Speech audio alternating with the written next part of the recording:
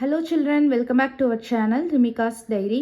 நம்ம வந்து CBSE Maths Grade 7 NCERT syllabus தான் பார்த்துட்ருக்கோம். ஆல்ரெடி நம்ம சேனலில் சாப்டர் 1, சாப்டர் 2, சாப்டர் 3 எல்லா சம்ஸுமே சால்வ் பண்ணி போஸ்ட் பண்ணியிருக்கிறோம். கண்டிப்பாக போய் செக் பண்ணி பாருங்கள். உங்களுக்கு ஈஸியாக இருக்கணும் அப்படின்றதுக்காண்டி நம்ம சேனலில் ஒரு பிளேலிஸ்ட் க்ரியேட் பண்ணியிருக்கிறோம். CBSE Class 7 Maths அப்படின்னு சொல்லிட்டு. ஓகே சில்ட்ரன், நம்ம சேனலை ஃபஸ்ட் டைம் பார்க்குறீங்கன்னா கண்டிப்பாக சப்ஸ்கிரைப் பண்ணுங்கள். ஆல்ரெடி சப்ஸ்கிரைப் பண்ணி சப்போர்ட் பண்ணிகிட்ருக்கிற நம்ம சில்ட்ரன் எல்லாருக்குமே ரொம்ப ரொம்ப thanks. Okay children, exercise 4.1 question number 4 பாருங்கள். Right equations for the following statements. So அவங்க சம் ஸ்டேட்மெண்ட்ஸ் கொடுத்துருக்காங்க, அதுக்கு நம்ம ஈக்குவேஷன்ஸ் எழுதணும்.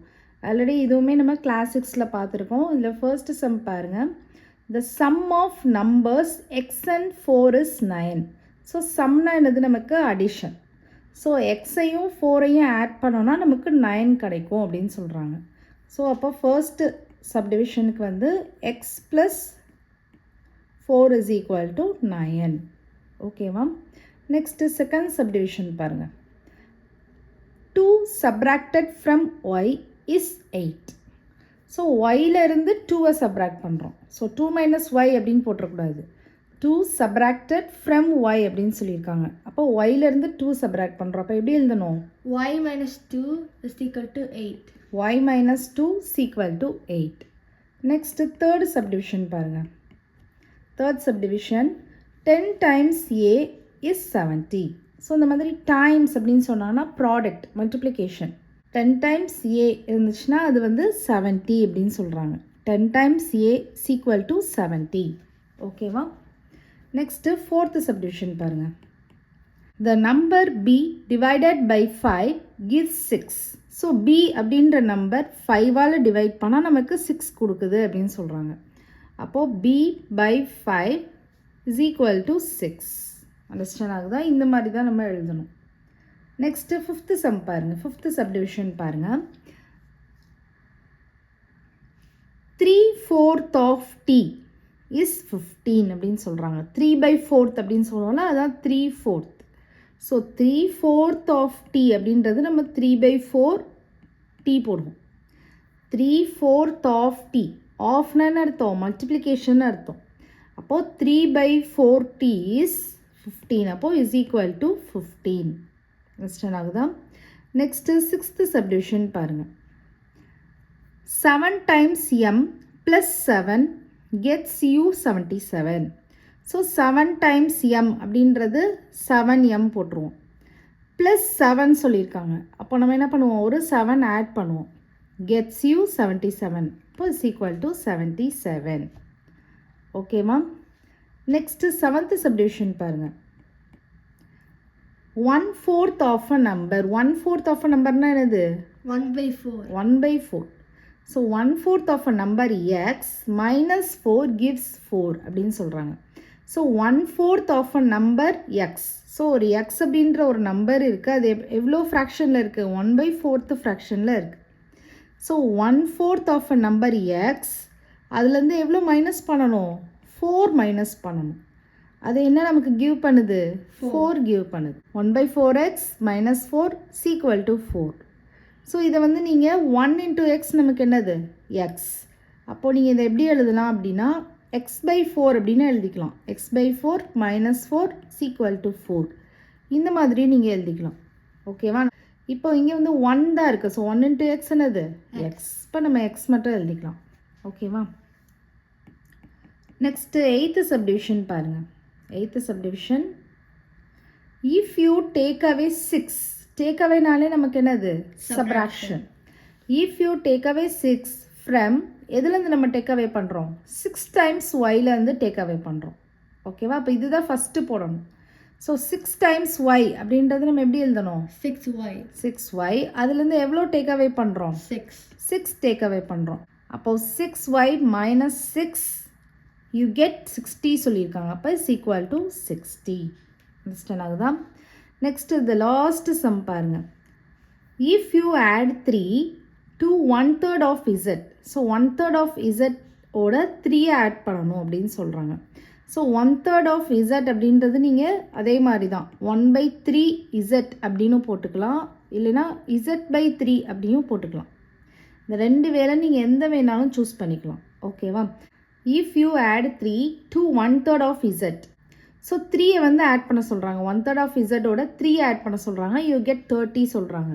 அப்போ இதோட நம்ம 3 ஆட் பண்ணுவோம். நமக்கு என்ன கிடைக்குது?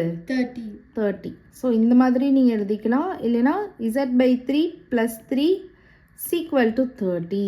இந்த மாதிரியும் நீங்கள் எழுதிக்கலாம். ஓகேவா? ரெண்டுமே கரெக்டு தான். ஸோ இந்த மாதிரி தான் அவங்க ஸ்டேட்மெண்ட்ஸ் கொடுத்து உங்களை ஈக்குவேஷன் எழுத சொன்னாங்கன்னா நீங்கள் எழுதணும். அண்டர்ஸ்டாண்ட் ஆகுதா? நெக்ஸ்ட்டு 5th சம் பாருங்கள். Write the following equations in statement forms. So அவங்க ஈக்குவேஷன் கொடுத்துருக்காங்க, நம்மளை ஸ்டேட்மெண்ட் எழுத சொல்கிறாங்க. ஸோ ப்ரீவியஸ் சம்க்கு ஆப்போசிட்டாக பண்ண சொல்கிறாங்க. ஸோ பாருங்கள், இதுவும் நம்ம 6th ஸ்டாண்டர்டில் ஆல்ரெடி படிச்சிருக்கோம் எப்படி பண்ணணும் அப்படின்றது. ஃபஸ்ட்டு சப்டிவிஷன் பாருங்கள். p + 4 = 15 இருக்குது. ஸோ பியவும் 4ஐயும் நம்ம சம் பண்ணியிருக்காங்க. அப்போ நம்ம எப்படி எழுதலாம்? த சம் ஆஃப் நம்பர்ஸ்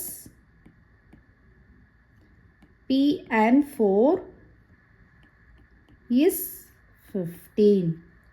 ஓகேவா? The sum of numbers p and 4 is 15. Next second subdivision பாருங்கள். m - 7 = 3. ஸோ சப்ராக்ஷன் பண்ணுறாங்க. 7 சப்ராக்டட் ஃப்ரம் m. ஸோ mல இருந்து 7-ஐ சப்ராக்ட் பண்ணுறோம். கரெக்டாக? அப்போ வந்து 7 சப்ராக்டட் ஃப்ரம் m இஸ் 3. ஓகேவா? 7 சப்ராக்டட் ஃப்ரம் m. mல இருந்து 7-ஐ நம்ம சப்ராக்ட் பண்ணுறோம். நமக்கு என்ன கிடைக்குது? 3 கிடைக்குது. நெக்ஸ்ட்டு தேர்ட் சப்டிவிஷன் பாருங்கள். 2m = 7 இருக்குது. ஸோ 2m அப்படின்றது என்னது? 2 × m மல்டிப்ளிகேஷன் பண்ணியிருக்காங்க.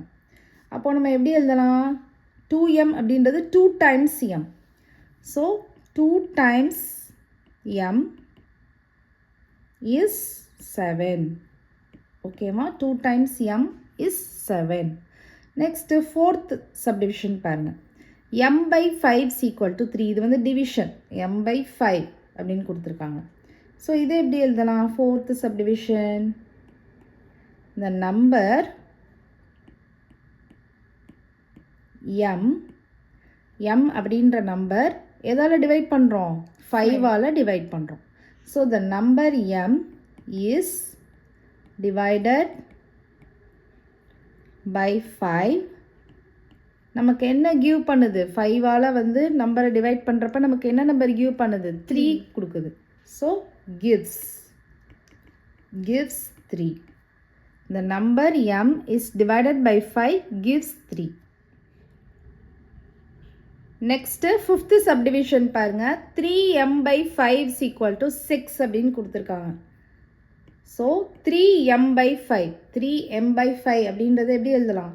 3/5 எழுதலாமா? 3/5 அப்படின்றத நம்ம 3/5 அப்படின்னு எழுதலாம். ஓகேவா? So 3/5 of the number m. So m அப்படின்ற நம்பர் வந்து 3/5 இருக்குது. கரெக்டாக? 3/5 டைம்ஸ் இருக்குது. So 3/5 of the number m அப்படின்னு எழுதுறோம். 3/5 of the number m is 6. ஓகேவா? 3/5 ஆஃப் த நம்பர் 3/5m இருக்குது. ஸோ 3/5m அப்படின்றது 3/5 இன்ட்டு m அப்படின்னு அர்த்தம். அப்போ 3/5 டைம்ஸ் இருக்குது. mன்ற நம்பர் வந்து 3/5 டைம்ஸ் இருக்குது. அப்போ 3/5 of the number m is 6. Understand ஆகுதா? நெக்ஸ்ட்டு 6th சம் பாருங்கள். 6th subdivision. 3p + 4 = 25 அப்படின்னு இருக்குது. ஸோ 3p + 4 = 25 இருக்குது. அப்போ 3p அப்படின்றது என்னது? 3 × p. அப்போ அதை வந்து 3 டைம்ஸ் p அப்படின்னு எழுதிக்கலாமா? So 3 times p + 4 gets 25. ஓகேவா? அப்போது 6th சப்டிவிஷன் வந்து 3 times p + 4. 3 times p + 4 gets 25. Understand ஆகுதா?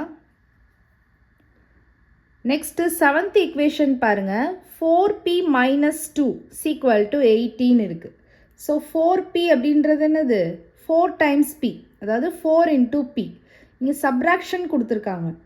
ஸோ நம்ம என்ன பண்ணலாம், டேக் அவே அப்படின்ற டேர்ம் யூஸ் பண்ணலாமா. If you take away 2 from 4 times p, 2ன்ற நம்பரை 4 டைம்ஸ் பிலேருந்து எடுக்கிறோம், கரெக்டாக.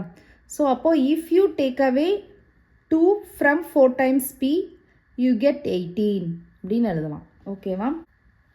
So 7th subdivision, if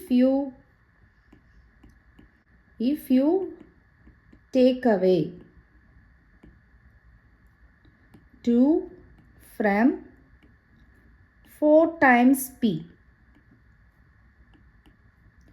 you get 18. ஓகேவா. if you take away 2 from 4 times p you get 18. then the last sum பாருங்க, p by 2 plus 2 is equal to 8 இருக்குது. ஓகேவா. So நமக்கு p by 2 அப்படின்றத நம்ம வந்து 1 by 2ன்னு எடுத்துக்கலாமா, ஹாஃப்னு எடுத்துக்கலாம்ல. இங்கே 1 இருக்குது, ஹாஃப்னு எடுத்துக்கலாம். இங்கே வந்து 2 வந்து ஆட் பண்ணுறோம், p by 2ஓட 2 வந்து ஆட் பண்ணுறோம். அப்போது if you added 2 to half of p, சொல்கிறது அண்டர்ஸ்டாண்ட் ஆகுதுன்னு நினைக்கிறேன். ஸோ p by 2ன்றது நமக்கு 1 by 2p போட்டுக்கலாமா. இப்போ பியோட ஹாஃப் பார்ட், கரெக்டாக, அதுதான் இது p by 2 அப்படின்றது. So if you added 2 to half of p you get 8. ஓகேவா. அப்போது 8th subdivision, if you added 2 to half of p you get 8. அவ்வளோதான். ஸோ இந்த மாதிரி தான் நீங்கள் அவங்க ஈக்குவேஷன் கொடுத்தாங்கன்னா நீங்கள் வந்து ஸ்டேட்மெண்ட் எழுதணும். அண்டர்ஸ்டாண்ட் ஆகுதா. Question number 6 பாருங்க. Set up an equation in the following cases. Some cases கொடுத்துருக்காங்க. அந்த கேசஸை நம்ம நல்லா ரீட் பண்ணிவிட்டு நம்ம வந்து ஈக்குவேஷன் வந்து செட் பண்ணணும். ஓகேவா. ஸோ இதில் வந்து ஃபர்ஸ்ட் சம் பாருங்க, ஃபர்ஸ்ட் சப்டிவிஷன் பாருங்க.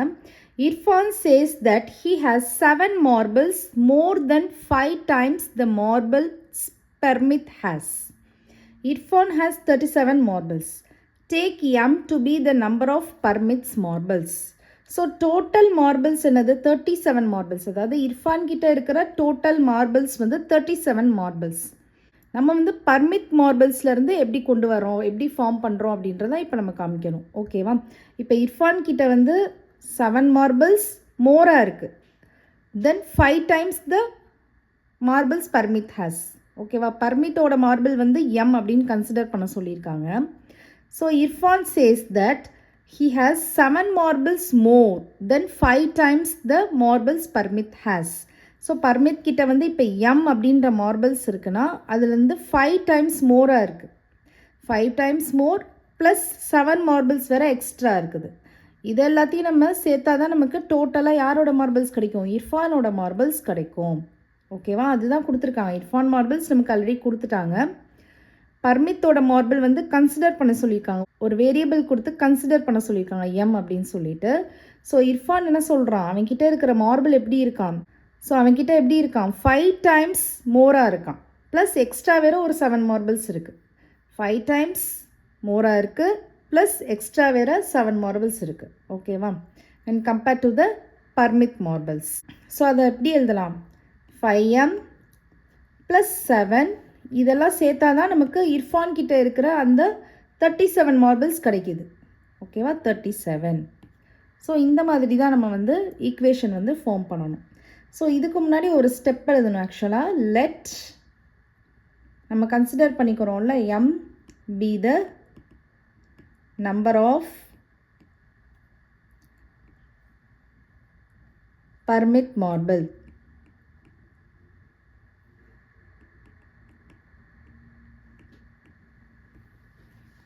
let m be the number of permit marble அப்படின்னு எழுதிக்கணும். ஓகேவா. permits marbles. let m be the number of permits marbles.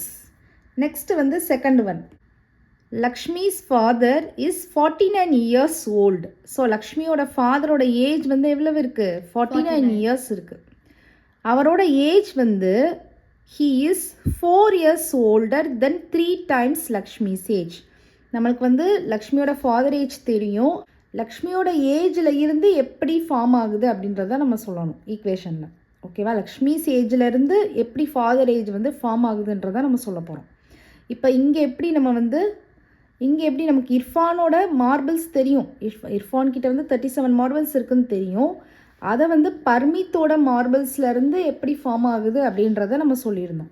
அதே மாதிரி இங்கே லக்ஷ்மியோட ஃபாதரோட ஏஜ் தெரியும்.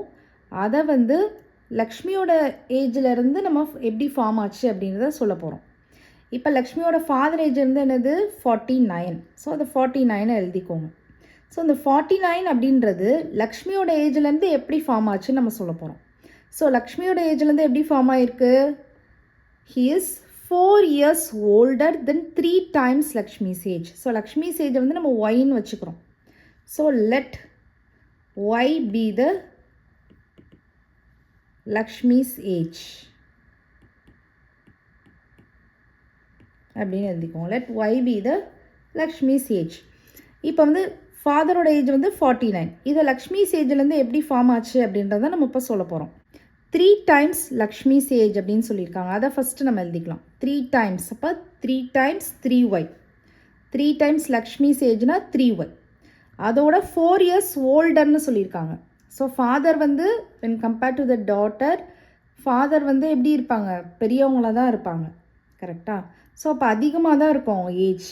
அப்போ நம்ம ஆட் பண்ணுற மாதிரி தான் இருக்கும். ஓல்டர் அப்படின்றப்ப பெரியவங்க தான். ஸோ ஆட் பண்ணணும். இதே இது நம்ம யங்கர், ஒரு பிரதர் ஒரு சிஸ்டர் பற்றி பேசிகிட்டு இருக்கோம் அப்படின்னா, இப்போ யங்கராக இருக்காங்கன்னா நம்ம அந்த இடத்துல சப்ராக்ஷன் பண்ணுவோம். ஏஜ் வந்து கம்மியாக இருக்கும். சப்போஸ் அதுவுமே யங்கர் பிரதராக இருந்தாங்கன்னா, ஓகேவா? இப்போ அதுவுமே எல்டராக இருந்தாங்கன்னா நீங்கள் ஆட் தான் பண்ணணும். இப்போ இங்கே ஓல்டர் அப்படின்னு இருக்கிறப்ப 3y + 4 அப்படின்னு போடணும். அப்போ 3y + 4 = 49. அண்டர்ஸ்டாண்ட் ஆகுதா? நெக்ஸ்ட்டு தேர்ட் சம் பாருங்கள். நெக்ஸ்ட்டு தேர்ட் சப்டிவிஷன் பாருங்கள். The teacher tells the class that the highest marks obtained by a student in her class is twice the lowest marks plus 7. The highest score is 87. Take the lowest score to be L. So இங்கேயும் பாருங்கள், நமக்கு ஒரு class இருக்குது. அதில் வந்து highest score வந்து 87 இருக்குது. So அந்த ஹையஸ்ட் ஸ்கோர் வந்து லோயஸ்ட் ஸ்கோர் எடுத்திருப்பாங்கல்ல, அந்த மார்க்லேருந்து எப்படி ஃபார்ம் ஆச்சு அப்படின்றத நம்ம எழுத போகிறோம். ஓகேவா? ஃபஸ்ட்டு நம்ம வந்து ஸ்டெப் எழுதிக்கலாம். So third subdivision, let L அப்படின்றத லோயஸ்ட் ஸ்கோராக கன்சிடர் பண்ண சொல்லியிருக்காங்க. So let L be the lowest score. So இந்த லோயஸ்ட் ஸ்கோரில் இருந்து எப்படி ஹையஸ்ட் ஸ்கோர் வந்து ஃபார்ம் ஆச்சு அப்படின்றத நம்ம இப்போ எழுத போகிறோம். ஸோ ஹையஸ்ட் ஸ்கோர் என்னது 87. ஸோ இது எப்படி வந்துச்சு? டீச்சர் என்ன சொல்கிறாங்க? ஹையஸ்ட் மார்க் வந்து obtained by a student in her class is twice the lowest mark plus 7 அப்படின்னு சொல்கிறாங்க. ஸோ twice the lowest markனா என்னது? 2 times வரும். ஸோ 2l ப்ளஸ் ஒரு 7 வேறு ஆட் பண்ண சொல்கிறாங்க. So 2l + 7 = 87. ஸோ இதுதான் நமக்கு ஆன்சர். அண்டர்ஸ்டாண்ட் ஆகுதா? நெக்ஸ்ட்டு ஃபோர்த் சப்டிவிஷன் பாருங்கள். இன் an isosceles triangle, the vertex angle is twice either base angle. Let the base angle be b in degrees. Remember that the sum of the angles of a triangle is 180 degrees அப்படின்னு சொல்லியிருக்காங்க. நம்ம வந்து isosceles triangle already படிச்சிருப்போம். 2 sides ஈக்குவலாக இருந்துச்சுன்னா அது isosceles triangle. அது வந்து ஏதாவது ஒரு 2 sides எடுத்துக்கலாம். மேபி இந்த 2 sides ஈக்குவலாக இருந்து இந்த ஒரு சைடு டிஃப்ரெண்ட்டாக இருக்கலாம். இல்லைனா இந்த 2 side ஈக்குவலாக இருந்து இந்த ஒரு சைடு டிஃப்ரெண்ட்டாக இருக்கலாம். இந்த மாதிரி எனி 2 sides எடுத்து பார்த்திங்கன்னா அது ஈக்குவலாக இருக்கும். அண்ட் தேர்ட் சைடு வந்து டிஃப்ரெண்ட்டாக இருக்கும். அதுதான் ஐசோசெலஸ் ட்ரையாங்கிள். இந்த ஐசோசெலஸ் ட்ரையாங்கிளில் வந்து வேர்டெக்ஸ் ஆங்கிள் அப்படின்னு ஒரு விஷயம் இருக்குது. அதுக்கு முன்னாடி வேர்டெக்ஸ்னால் எல்லாருக்குமே தெரியும். இந்த கார்னர்ஸ் எல்லாமே நம்ம வந்து என்ன சொல்லுவோம்? வேர்டெக்ஸ்னு சொல்லுவோம். ஸோ வேர்டெக்ஸ் ஆங்கிள் எங்கே ஃபார்ம் ஆகும் அப்படின்னா, நமக்கு பாருங்கள் எந்த 2 sides வந்து ஈக்குவலாக இருக்குதுன்னு பாருங்கள் ட்ரையாங்கிளுக்கு. இப்போ இந்த 2 side ஈக்குவலாக இருந்துச்சுன்னா இதுதான் நம்ம லெக்குன்னு சொல்லுவோம். இங்கே ஃபார்ம் ஆகுற ஆங்கிள் இருக்குல்ல, இதுதான் வேர்டெக்ஸ் ஆங்கிள் சொல்லுவோம். சப்போஸ் இந்த 2 sides ஈக்குவலாக இருந்துச்சுன்னு வச்சுக்கோங்க, இங்கே ஃபார்ம் ஆகுற ஆங்கிள் வந்து வேர்டெக்ஸ் ஆங்கிள் சொல்லுவோம். சப்போஸ் இந்த 2 sides ஈக்குவலாக இருந்துச்சுன்னா இங்கே ஃபார்ம் ஆகுற ஆங்கிள் வந்து நம்ம வேர்டெக்ஸ் ஆங்கிள் சொல்லுவோம். ஸோ இப்போ வந்து நம்ம இந்த ட்ரையாங்கிளை வந்து கன்சிடர் பண்ணிக்கலாம். இந்த 2 sides வந்து ஈக்குவலாக இருக்குது அப்படின்னு. அப்போ இங்கே ஃபார்ம் ஆகிற ஆங்கிள் தான் vertex angle. Vertex angle. Next base ஆங்கிள்னு ஒன்று சொல்கிறாங்க பாருங்கள். பேஸ் ஆங்கிள் எங்கே ஃபார்ம் ஆகும்னா வேர்டெக்ஸ் ஆங்கிளுக்கு ஆப்போசிட்டாக இருக்கிற இந்த 2 ஆங்கிள்ஸை வந்து நம்ம பேஸ் ஆங்கிள் அப்படின்னு சொல்லுவோம். ஸோ இது ஒரு பேஸ் ஆங்கிள், இது ஒரு பேஸ் ஆங்கிள். ஸோ இந்த பேஸ் ஆங்கிள் எப்படி ஃபார்ம் ஆகும்னா வேர்டெக்ஸ் ஆங்கிள் எங்கே ஃபார்ம் ஆகுதோ அதுக்கு ஆப்போசிட்டாக இருக்கிற ஆங்கிள்ஸை வந்து நம்ம பேஸ் ஆங்கிள் அப்படின்னு சொல்லுவோம். வேர்டெக்ஸ் ஆங்கிள் இருக்குல்ல, இங்கே ஃபார்ம் ஆகிருக்குல்ல, இந்த வேர்டெக்ஸ் ஆங்கிள் வந்து ட்வைஸாக இருக்குன்னு சொல்கிறாங்க. Is twice either base angle. So either base ஆங்கிள்னால் ஏதாவது ஒரு பேஸ் ஆங்கிள், மேபி இந்த பேஸ் ஆங்கிள் எடுத்துக்கலாம், இல்லை இந்த பேஸ் ஆங்கிள் எடுத்துக்கலாம். ஓகேவா? ஏதாவது ஒரு பேஸ் ஆங்கிள் எடுத்து பார்த்தோன்னா அதுக்கு நமக்கு ட்வைஸாக இருக்குன்னு சொல்கிறாங்க இந்த வேர்டெக்ஸ் ஆங்கிள். ஓகேவா? இந்த பேஸ் ஆங்கிளை வந்து நமக்கு பீன்னு கன்சிடர் பண்ண சொல்லியிருக்காங்க. Let the base angle B in degrees. So அப்போ இது ஒரு பி அப்படின்னா இது ஒரு பி. பேஸ் ஆங்கிள் எல்லாமே பி தான் நம்ம கன்சிடர் பண்ண போகிறோம். ஓகேவா? அப்போது இந்த பேஸ் ஆங்கிள், இந்த பேஸ் ஆங்கிள், இது ஒரு பி, இது ஒரு பி. இதில் ஏதாவது எய்தர் அப்படின்னு சொல்லியிருக்காங்க பாருங்கள். எய்தர் பேஸ் ஆங்கிள் அப்படின்னு சொல்லியிருக்காங்க. ஏதாவது ஒரு பேஸ் ஆங்கிளை நீங்கள் எடுத்து பார்த்தீங்கன்னா அது வந்து ட்வைஸாக இருக்குது வேர்டெக்ஸ் ஆங்கிளுக்குன்னு சொல்லியிருக்காங்க. அப்போ பி அப்படின்றது வேர்டெக்ஸ் ஆங்கிள் என்ன ஆகும்? 2B ஆயிரும். 2B ஆயிரும். ஓகேவா? இந்த ஒரு பேஸ் ஆங்கிள் எடுத்து பார்த்தோன்னாலும் இது 2B, இல்லை சப்போஸ் நீங்கள் இதை எடுத்தாலும் இது 2B. ஸோ ஏதாவது ஒரு பேஸ் ஆங்கிள் எடுத்து பார்த்தாலும் அதுக்கு ட்வைஸாக இருக்குன்னு சொல்லியிருக்காங்க. ஸோ இந்த லைன் முடிஞ்சிருச்சு. ஸோ இது நம்ம கன்சிடர் பண்ணியாச்சு. Let the base angle B in degrees. So B degree எடுத்தாச்சு. ஸோ லாஸ்ட்டில் என்னென்ன கொடுத்துருக்காங்க? Remember that sum of the angles of a triangle is 180 degree. So அந்த 3 ஆங்கிள்ஸ் இருக்குல்ல, அந்த 3 ஆங்கிள்ஸையும் ஆட் பண்ணால் நமக்கு 180 டிகிரி அப்படின்னு சொல்லியிருக்காங்க. ஸோ அந்த 180ன்றது தான் எப்படி ஃபார்ம் ஆகும்? இந்த ஆங்கிள், இந்த ஆங்கிள், இந்த ஆங்கிள், இது எல்லாத்தையும் நம்ம ஆட் பண்ணோன்னா நமக்கு 180 கிடைக்கும்னு சொல்கிறாங்க. Remember that sum of the angles of a triangle is 180 degree. So அப்போ இது எல்லாத்தையும் நம்ம ஆட் பண்ணால் நமக்கு 180 கிடைக்கும். அப்போ இது எல்லாத்தையும் ஆட் பண்ணலாம். 2B plus B plus B. So இந்த ஒரு வேர்டெக்ஸ் ஆங்கிள் அப்புறம் இந்த 2 பேஸ் ஆங்கிள் ஆட் பண்ணால் நமக்கு 180 டிகிரி. ஸோ இதுதான் நமக்கு ரெக்வயர்டு ஈக்குவேஷன். ஸோ இதை நமக்கு ஈக்குவேஷன் தான் கேட்டிருக்காங்க. ஸோ நீங்கள் இதை அப்படியே லீவ் பண்ணாலும் ஓகே தான். அப்படி இல்லைன்னா அதை ஆட் பண்ணிடலாம். அது எல்லாமே பி தானே.